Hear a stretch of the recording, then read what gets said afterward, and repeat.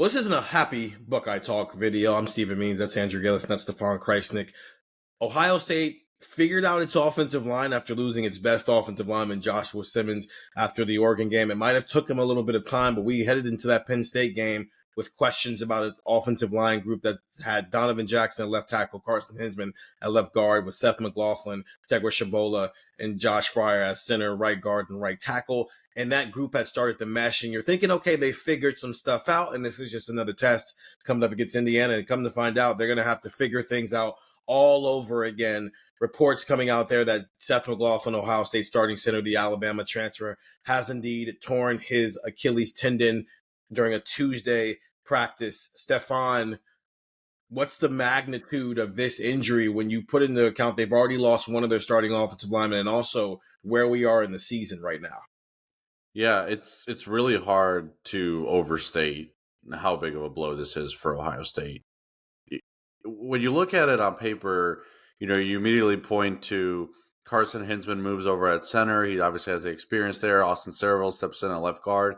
Not a ton of experience, but he did start the first 2 games of the season at left guard when Donovan Jackson was out. And, you got Donovan Jackson at left tackle, who's actually looked pretty decent there, since he's had to move into that role with Josh Simmons and Zed Mahalski out. But to say these guys can slot over, I think really undersells the importance of Seth McLaughlin to this team. He is more than just a center who makes snaps and blocks in front of Will Howard. He is, in a lot of ways, Will Howard's eyes, right? Like, we see, when you watch games, you can see Seth and Will, the way they communicate kind of in tandem on the line, the way they identify things, because Seth McLaughlin is an offensive lineman who's not only good, and PFF backs all that up. He hasn't allowed a sack all season. He's played almost 300 pass blocking snaps and hasn't allowed a single sack. All those numbers tell you how good of a center he is.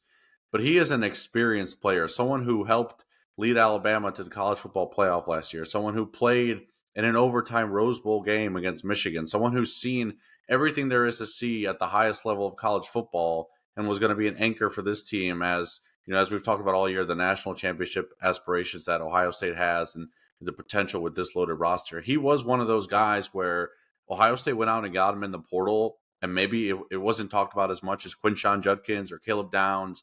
You can't sit here today and say with a straight face that Seth McLaughlin wasn't one of the most, serious, most important, most impactful offseason additions that Ohio State made. He is so much for this offense. So yeah, is center a position where they can move some things around and maybe it's not as much of an unknown, right? Because we kind of know what Carson Hinsman is at center. Sure. But that would just undersell what Seth McLaughlin kind of means to this team beyond the surface level. And that's where you see the biggest loss here. Andrew, as Stefan mentioned, Seth McLaughlin this year, PFF grade is 72.5. His run blocking grade is 70. Pass blocking grade 74.5. He's given up 7 pressures all year, and the only game he's given up more than 1 pressure was the Oregon game, which, given the level of competition, you almost don't even knock him for doing that. It was a healthy back and forth, I think, between the Oregon defensive line and Ohio State's offensive line. I want to get some inside baseball because you talked with him for about 45 minutes, literally last week, about getting to this point, right? I think a little less than a year ago, he ended last year at Alabama with a loss to Michigan, where it did kind of feel like so much of that he wore on his shoulders because of the snapping issues. And we even talked about in the offseason, is that going to be an issue now? Maybe it is, maybe it's not. And given the way he's played this year, you probably lean more towards maybe it was more of a cadence issue than a problem with Seth McLaughlin. But we talk about a lot of the players who came back at Ohio State because they had things they wanted to redeem, things they wanted to accomplish. Seth McLaughlin was in the same boat, which is why he came to Columbus in the first place. Yeah, so I texted this out to our subtexter 614-350-3315, right after the interview. Seth and I had a really nice chat. I was going to have a story run the week of the Michigan game. Obviously, that's different now. Obviously that's kind of changed. But, I think this is a really, really tough situation for him personally as well, because, you mentioned it. Everybody on this Ohio State team that has been around the program for a few years, they hate Michigan because, look, this is redemption for them this year, right? They've lost 3 in a row to Michigan. It's directly kept them out of the college football playoff in 2 of those 3 years. Like there's a lot there. If you play football at Ohio State, the Michigan game is what matters, right? Well, Seth McLaughlin on national television last year had, maybe the worst moment of his college career, and definitely the worst moment of his college career with snapping issues and the way that the game ended. It was not a great moment for him. He enters the transfer portal a few days later, and then kind of wearing that. And one of the things that he talked about was just kind of the struggles of that. He mentioned that, fans were ruthless. Like someone posted his address online after that game. It was really tough going. And he entered the portal, came to Ohio State. And I think pretty immediately you saw how good he was on the field, I think, this season. But I think you really started to see the respect of some of his teammates, not just on the offensive line. Like, Ty Hamilton said he was the best center in the country the other week.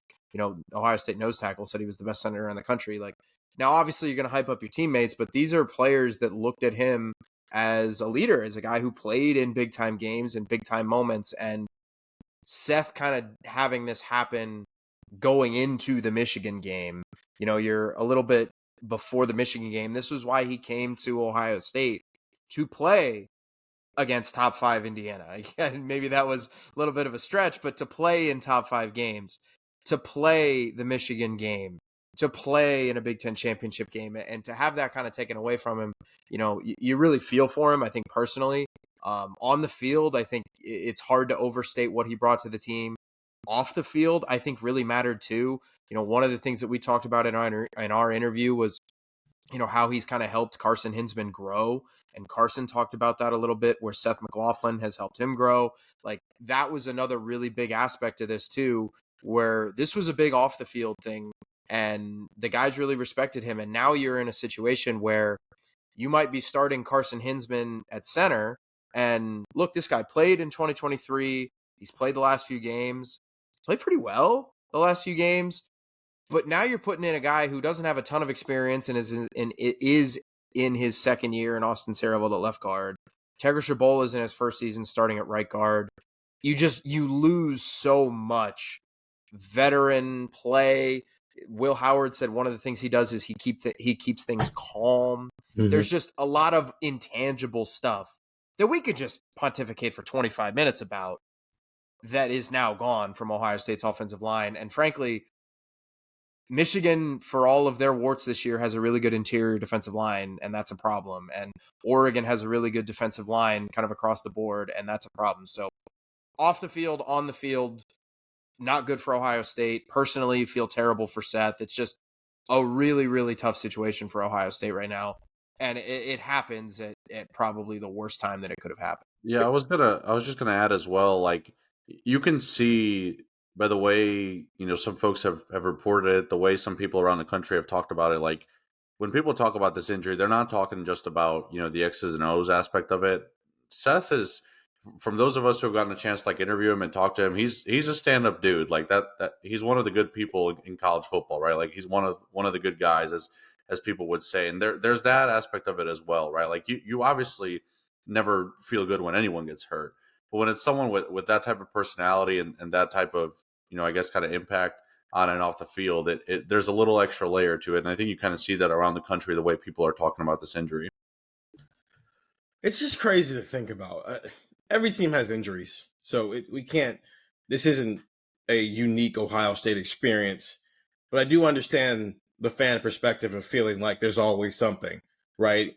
I mean, a decade ago, you just got finished a couple of weeks ago honoring a national championship from a decade ago, where you had to do it, where you not only lost your starting quarterback, you lost his backup, who turned out to be pretty darn good too, right? The 2018 season, that defense was not very good, but what didn't help is losing Nick Bosa 4 games into the year. Jackson Smith-Njigba, 17 snaps into the 2022 season, a guy you built your entire offense around, that guy gets hurt. You've got Travion Henderson and Mayan Williams in and out of the lineup. You lose Cade Stover on his first catch of the Peach Bowl, right? And again, injuries happen everywhere, but it is just crazy to think about for people who live in the Ohio State bubble, just how often you lose your most valuable pieces. at the very wrong time to lose your most valuable pieces. You already lost Josh Simmons earlier in this year, and now you lose Seth McLaughlin for what is expected to be the season. Both Andrew and Stefan mentioned it.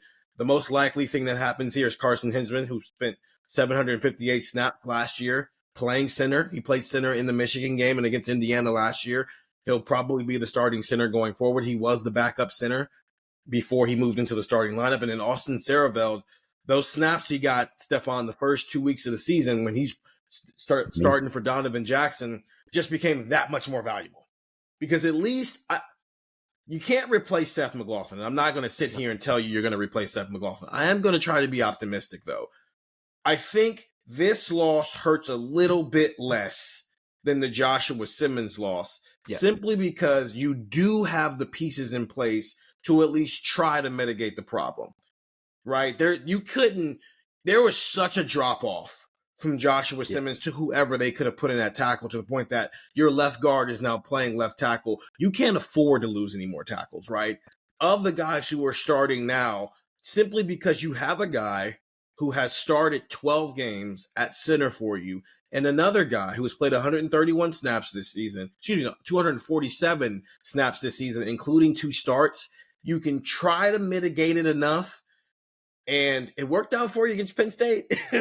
Listen, you had to throw Donovan Jackson out there against Abdul Carter, and he did pretty well. So maybe, especially with this game being at home, you can mitigate enough that maybe you spend the next 2 weeks trying your hardest to solidify this and holding your breath and hoping nobody else adds their name to the list of unavailable guys. So I think that's the thing, though, that is really tough.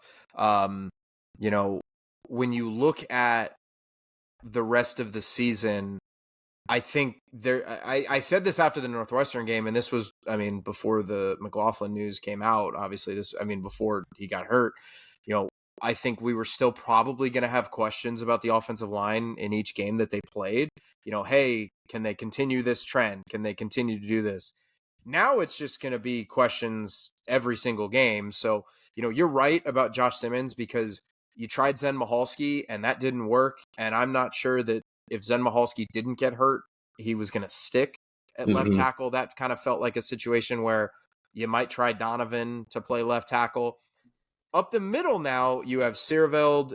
If you do go Sareveld, Hinsman, Shabola as your left guard, center, and right guard, you still do have Luke Montgomery in the mix as a potential option there. You still do have Josh Padilla as an option there up the middle. So you have options, I guess, which is the silver lining to this conversation about, losing an interior player. Of course, losing Seth McLaughlin, like you said, you can't replace him. That's if you were to list irreplaceable players on Ohio State's offense, after quarterback, McLaughlin's. We did an entire value pod, and we had 3 of the 5 offensive linemen on the list. Yeah, but McLaughlin was one of the most irreplaceable players on the team. But just kind of think about that situation that you're in now, where you can like what Hinsman did at left guard, but your left tackle is now the guy who started at left guard for you for the majority of the season. Your left guard is a guy who started 2 games against MAC opponents, and then he was kind of rotating in and out depending on an injury.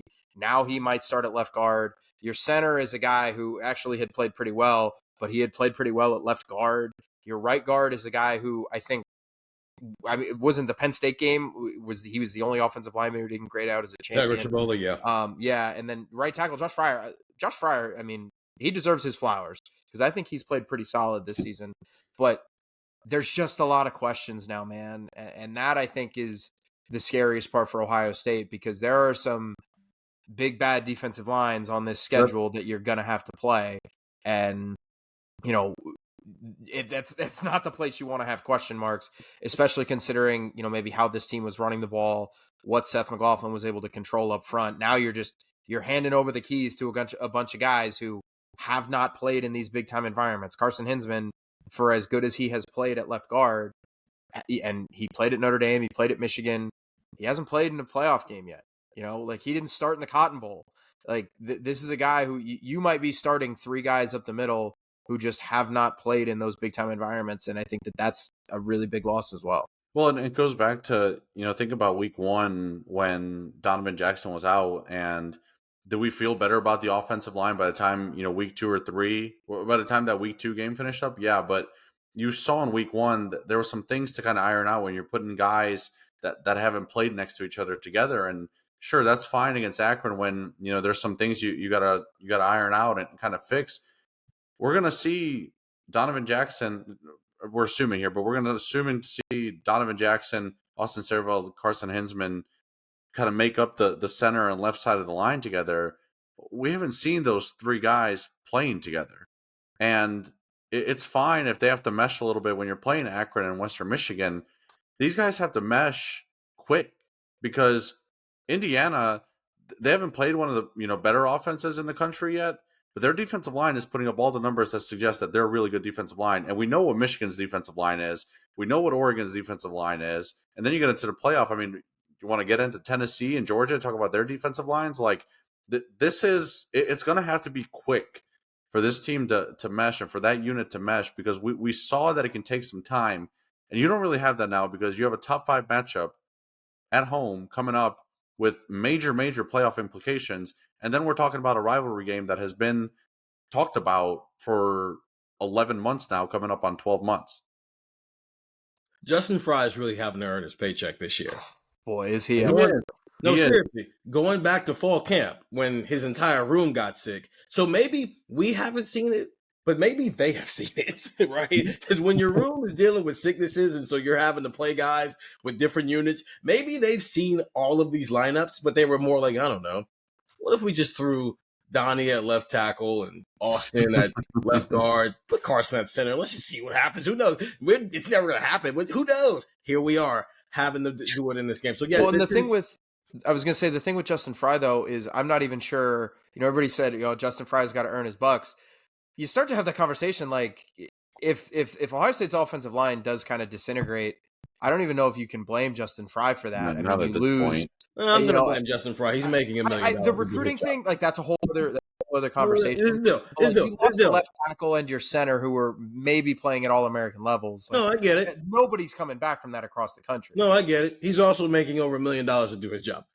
I'm going to blame Justin Fry. That's just what the money's for. I'm not going to blame Austin Serveld for not having himself ready. He didn't recruit himself here and he didn't develop himself. No. I'm blaming this is your job to have these guys ready. I'm going to blame him for this. Just like everybody else is going to blame him for this because it goes back to the recruiting. It goes back to the development. That's the whole point. This doesn't mean that Austin Serveld and Carson Hinsman have to come in here and be exactly what Seth McLaughlin was and what Donovan Jackson was at left guard. We're not asking Donovan Jackson to be Joshua Simmons. We're asking him to be feasible, to be enough to not get in the way. And Donovan Jackson is that. That's what we're asking of whoever ends up being the left guard and the starting center for the rest of the season. Another positive real quick before we get out of here. Ohio State's been here before, man. I'm just saying.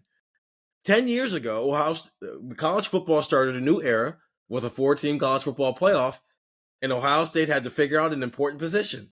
And then they had to figure out an important position again before heading into a very, very important Big Ten game. And we see how that season ended.